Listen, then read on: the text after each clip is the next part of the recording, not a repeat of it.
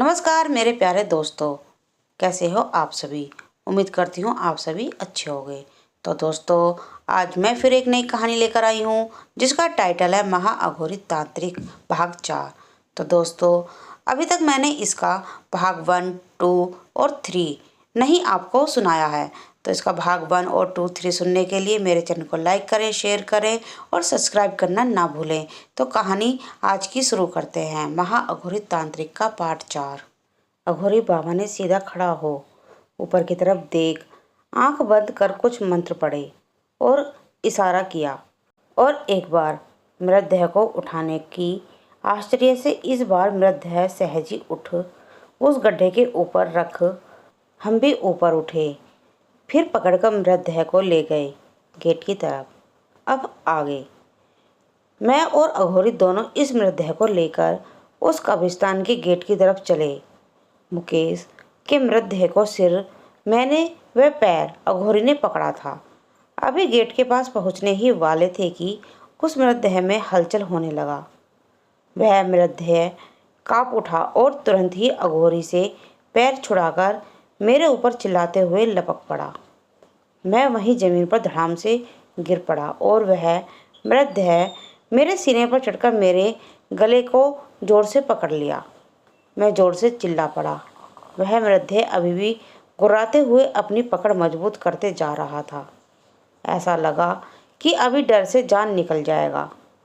तभी अघोरी के चिल्लाने की आवाज़ आई, जय महाकाल। देखा तो ऊपर की तरफ सिर और आंख बंद कर अघोरी कोई मंत्र पढ़ रहा है। फिर मंत्र पढ़कर अघोरी ने आंख खोली और हाथ उस मृतदेह के सिर पर रख दिया। तुरंत ही वह मृतदेह शांत हो गया और मेरे पास ही गिर पड़ा। मैं डर से एक पल तो कांप उठा था। जल्दी से उठ खड़ा हुआ और अघोरी से बोला, बाबा यह क्या था? मुकेश का शरीर कैसे उठा? अघोरी बोला, उस शैतानी की काली शक्ति का अंश अभी भी इसके शरीर के अंदर है और वह हमें रोकना चाहता है। अब जल्दी करो, हमें जल्दी से अपने काम को अंजाम देना होगा। तुरंत ही इस बारिश में एक और बिजली कड़कड़ाती हुई गिरी।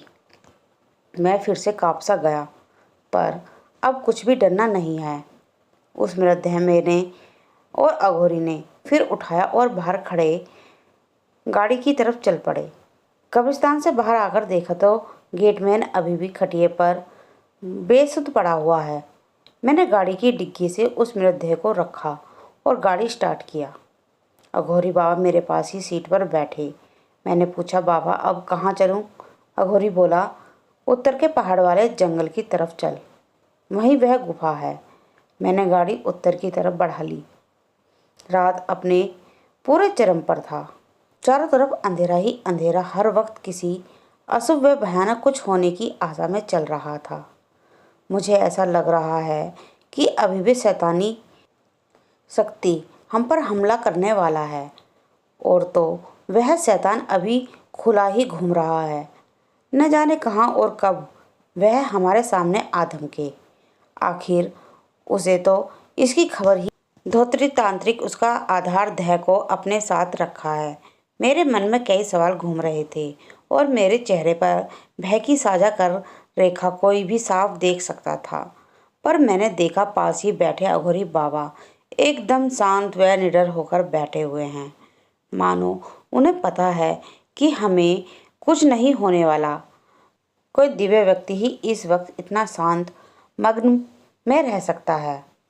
अघोरी ने मेरे अंदर के डर वाले हलचल को देखकर बोले, तुम्हें डरने की कोई ज़रूरत नहीं है। स्वयं महाकाल और मैं तुम्हारे साथ हूँ। जो महाकाल के काम में सहायता करता है उसे कुछ नहीं होता। तुम बस डरो मत, क्योंकि डर ही उस शैतान की शक्ति है। जय महाकाल। मैं अब कुछ शांत हुआ और अघोरी से पूछा, अच्छा बाबा, ये शैतान है क्या? इसे क्या कहते हैं? अघोरी बोला, यह काली परछाई का एक महा भयानक रूप है जो बहुत ही शक्तिशाली है। मैं बोला, तो वह कोई प्रेत या पिशाच है? अघोरी बोला, नहीं, यह कोई प्रेत व पिशाच नहीं है। यह उनसे भी शक्तिशाली है जो छाया के रूप में रहकर मानव विनाश का अंजाम देते हैं। इसका कोई नाम नहीं है। हम इस अंधकार व शैतान से संबोधित करते हैं। हम दोनों के बीच बात हो रही थी कि गाड़ी की डिग्गी से एक बार फिर भयानक आवाज़ के साथ खटखटाने की आवाज़ आने लगी। मुकेश का मृतदेह एक बार फिर जाग उठा था और वह बाहर निकला चाहता था। अघोरी ने एक बार फिर जोर से मंत्र पढ़ा। तथागत कुछ देर में वह मृतदेह की झटपटाहट बंद हो गई और मैं गाड़ी तेज करके बढ़ चला। अघोरी बोला, वह शैतान हमें रोकने की कोशिश जरूर करेगा, पर मेरे कहे अनुसार तुम बढ़ते रहना, वह हमारा कुछ नहीं कर सकता। जय महाकाल। गाड़ी कुछ दूर और आगे बढ़ी ही थी कि आगे रास्ते पर देखा कई सारे कुत्ते रास्ते को घेर कर खड़े हैं और इधर देखकर ही भौंक रहे हैं। इस अंधेरे साफ दिख रहा था कि मानो उसकी आंख लाल लाल बिंदु की तरह हो गए। मेरी गाड़ी तेजी से उसी की तरफ बढ़ रही थी। मुझे कुछ समझ नहीं आ रहा था क्या करूं। अघोरी चिल्लाकर बोला, गाड़ी मत रोकना, मत रोकना। मैं बोला, पर कुत्ते गाड़ी के नीचे आ जाएंगे, मैं ऐसा कैसे करूं? अघोरी गुस्से में बोल पड़ा, अरे मूर्ख, तुझे दिख नहीं रहा यह एक शैतानी जाल है। अगर तुमने गाड़ी रोका तो हम अपने मकसद को पूरा नहीं कर पाएंगे। मैं गाड़ी उसी तेजी से बढ़ाता गया। आगे से कई बड़े कुत्ते, उनके मुंह से खून के जैसा लाल तरल गिर रहा है। मैंने आंख बंद कर हिम्मत से उन सबके ऊपर गाड़ी चढ़ा दिया। लेकिन यह क्या, वह सब कहाँ गए? मानो हवा होकर गायब हों। एक छाया के भीतर से मानो गाड़ी आगे बढ़ गई। तभी चारों तरफ से एक हुंकार और भेड़िया के हूहों की भयानक आवाज़ सुनाई देने लगी। वह आवाज़ बहुत ही भयानक और डरावनी थी। मैंने जल्दी से गाड़ी के दोनों तरफ के शीशे बंद किए और तभी मैंने देखा मेरी गाड़ी के चारों तरफ भेड़िए और न जाने कैसे भयानक जानवर भयानक आवाज़ निकालते हुए गाड़ी के साथ ही दौड़ रहे हैं। फिर वह सब गाड़ी के साथ ही हवा में उड़ने लगे। उनकी आंखों से आगले वाले गिर रहे थे और मुंह से खून के छींटे। उन शैतानी शक्तियों ने पूरे गाड़ी को घेर रखा था और अब फिर से पीछे के डिग्गी की मृतदेह ने आवाज़ करने लगे। यह सब इतना भयानक था कि डर से कोई भी वहीं बेहोश हो जाए। पहाड़ी रास्ता, एक तरफ पहाड़ और दूसरी तरफ बड़ा सा पहाड़ी ढलान। अगर गाड़ी जरा सा भी इधर उधर गया तो हमने जाने कितने नीचे गिरेंगे। मैं डर तो रहा हूँ, पर हिम्मत करके गाड़ी को आगे बढ़ाता जा रहा था और वो सभी भयानक भेड़ियों ने अभी भी पूरे गाड़ी को घेर रखा था। अब वो धीरे धीरे एक भयानक आग के गोले में परिवर्तित हो रहे थे, बहुत ही विभत्स आकृति में। तथा साथ ही पीछे से मुकेश के मृतदेह के झटपटाहट भी बढ़ गई थी। अघोरी बाबा कुछ मंत्र पढ़ रहे थे और अभी भी वह भयानक आकृति गाड़ी के चारों तरफ वैसे ही साथ चल रहे थे। फिर मैंने देखा अघोरी गाड़ी का शीशा खोल रहे हैं। मैं चिल्लाकर बोला, बाबा आप यह क्या कर रहे हैं? पर अघोरी ने मेरी बात को नहीं सुना और गाड़ी का शीशा खोल अपना शरीर को बाहर निकाला और आसमान की तरफ हाथ उठाकर जोर से बोल पड़े, हे महाकाल हमारी मदद कीजिए, हे महाकाल मदद। यह कहते हुए अघोरी जोर जोर से मंत्र पढ़ने लगा। कुछ ही देर में गाड़ी के चारों तरफ उड़ते भयानक जलते आकृति शून्य में गायब होने लगे एक एक करके और पीछे मुकेश का मृतदेह भी शांत होने लगी। देखते देखते ही चारों तरफ फिर शांत, सब कुछ सामान्य हो गया। अब केवल बारिश के आवाज़ के अलावा और कुछ नहीं बचा।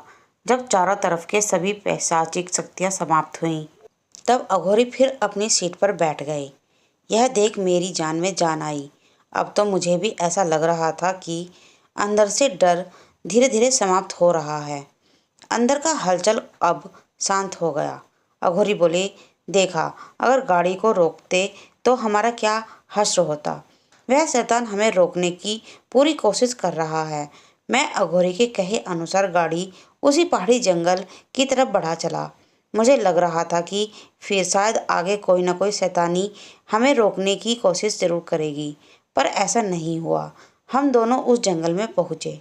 गाड़ी से नीचे उतरकर मैंने देखा अभी भी वह निशान है। इस रास्ते को बनाकर मुकेश उस शैतान के पास पहुंचता था और दिन पर दिन वह शैतान उससे शक्तियाँ चूसता था। कुछ झाड़ियों के पीछे ही वह गुफा छुपा था।